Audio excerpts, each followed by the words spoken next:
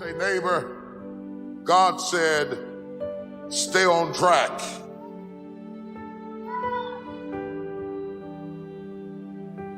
Don't deviate. Don't procrastinate. Don't become frustrated. All you have to do to win this battle is stay on track. There are moments that try the human soul so violently and so perplexing that if the truth were told, all of us have had moments that we wanted to throw up our hands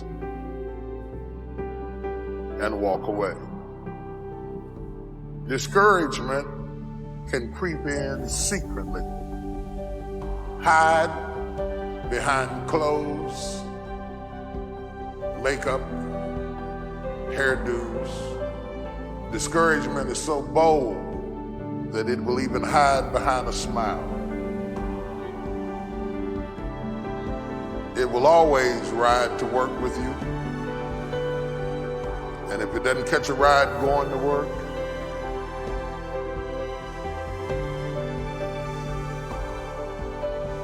it'll catch a ride on the way back home. Discouragement will go into a tent, to a garage apartment. It'll go into subsidized living. It will walk right into a Section 8 neighborhood. It will come in, but don't think that it stops there. Discouragement will walk right into a middle-class house and sit down at the dining room table, have a cup of coffee early in the morning. It won't just stop there. It'll go in a mansion and sit on the side of a jacuzzi, stick his feet in the hot tub, and tell you life is not worth living. If you listen at discouragement, it will cause you to make bad decisions.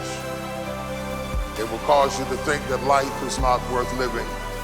And secretly, behind the facade of a smile and a good morning and a praise the Lord and a how are you, you will wonder if you're ever going to get out of what you're into. Particularly painful is discouragement in the life of the believer. Because as we travel from season to season, it is not just the perils that we face, but it is seeing the wicked go forward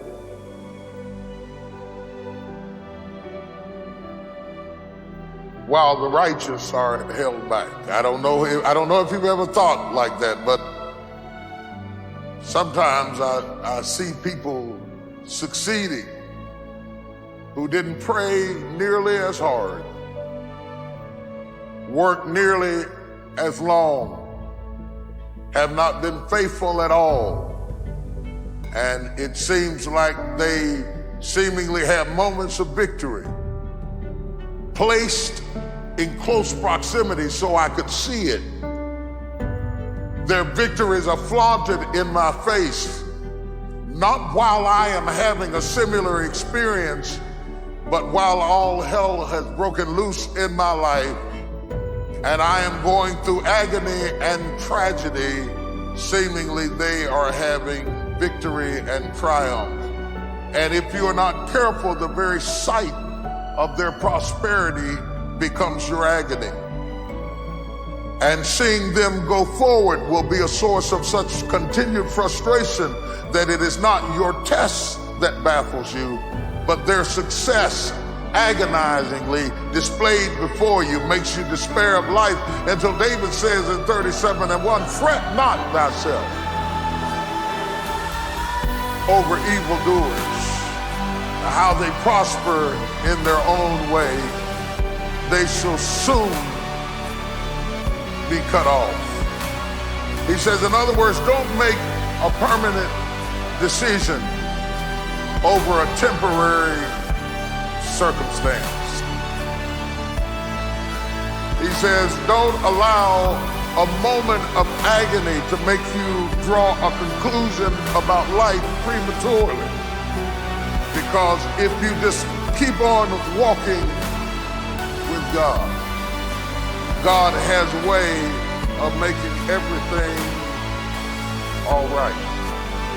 But he warns us and declares to us that the steps of a good man are ordered by the Lord. Steps. Somebody say steps. Now, the term steps implies process. Means it's going to take a while. Means that you can't get to the destination just because you want it, just because you saw it, just because you like it, just because you need it. In fact, we are often tormented by vision. Yeah, we're tormented by vision.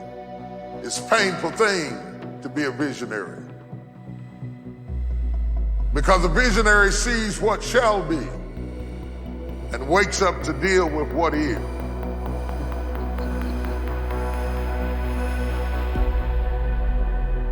Sometimes a visionary cries out on the inside and says, God, don't even show me what shall be. Because every time I shout and dance over what you showed me, I go home to a harsh and painful, bleak, dark reality. And the fact that I am torn between what shall be and what is creates agony in my life. The Bible said hope deferred makes the heart sick. There are moments that I'd rather not know that I'm going to be king if you're going to send me back out into the field to take care of sheep. Why didn't you just hide that I was going to be king so I could be satisfied taking care of sheep? But because you told me you had more for me, I wanted to hasten the process to get to my destiny.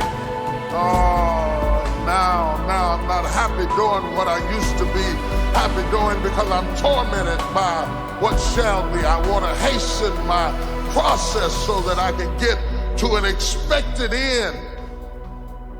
But that cannot be done. Because a blessing given too soon is not a blessing at all.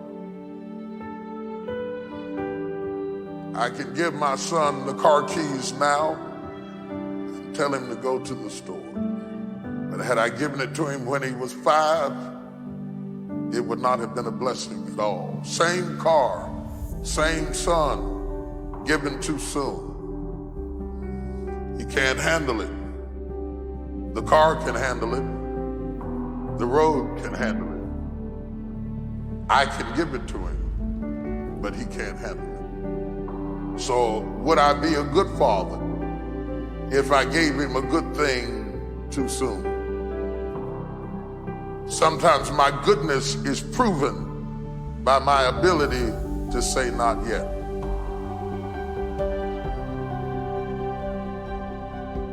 The younger brother of the prodigal son teaches us emphatically that if we get what is ours too soon, we cannot handle it. That the same thing that should make us praise the Father will drive us away from the Father if we get it too soon. The Bible said, he said, give me the portion of goods that falleth to me. The Father gave in and gave it to him, and the blessing drove him over the edge. My prayer has always been, Lord, don't give me more than I can handle.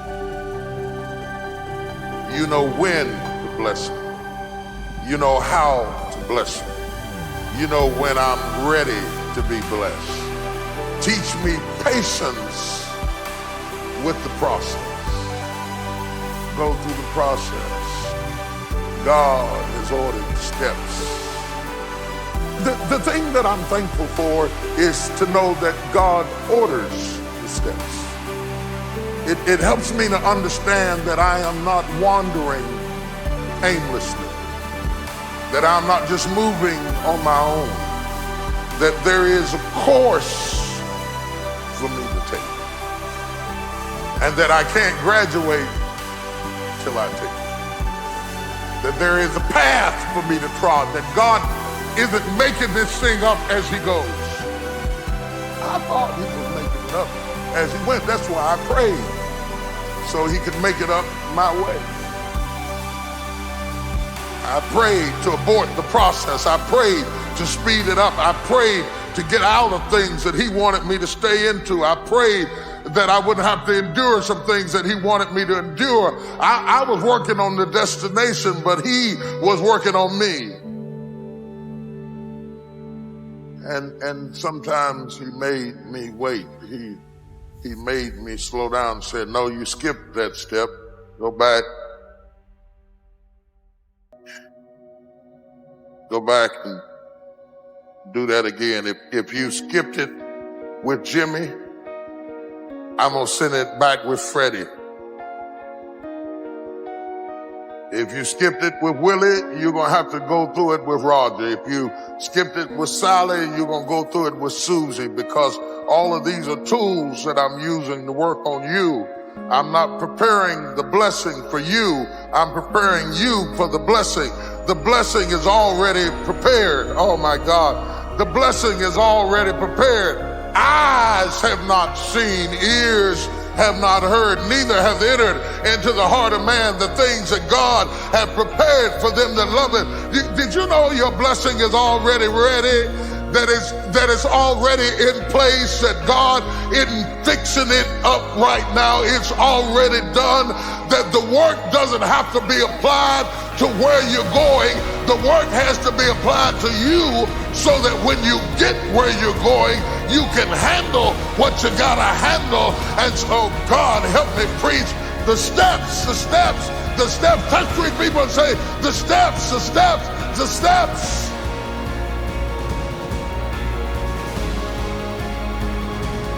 You wanted a good husband, but you wasn't a good wife. You wanted children, but you wasn't a good parent. You wanted a good wife, but you wasn't a good man. Anytime you get anything too soon, you will trip on the steps. So God puts us in process and orders steps.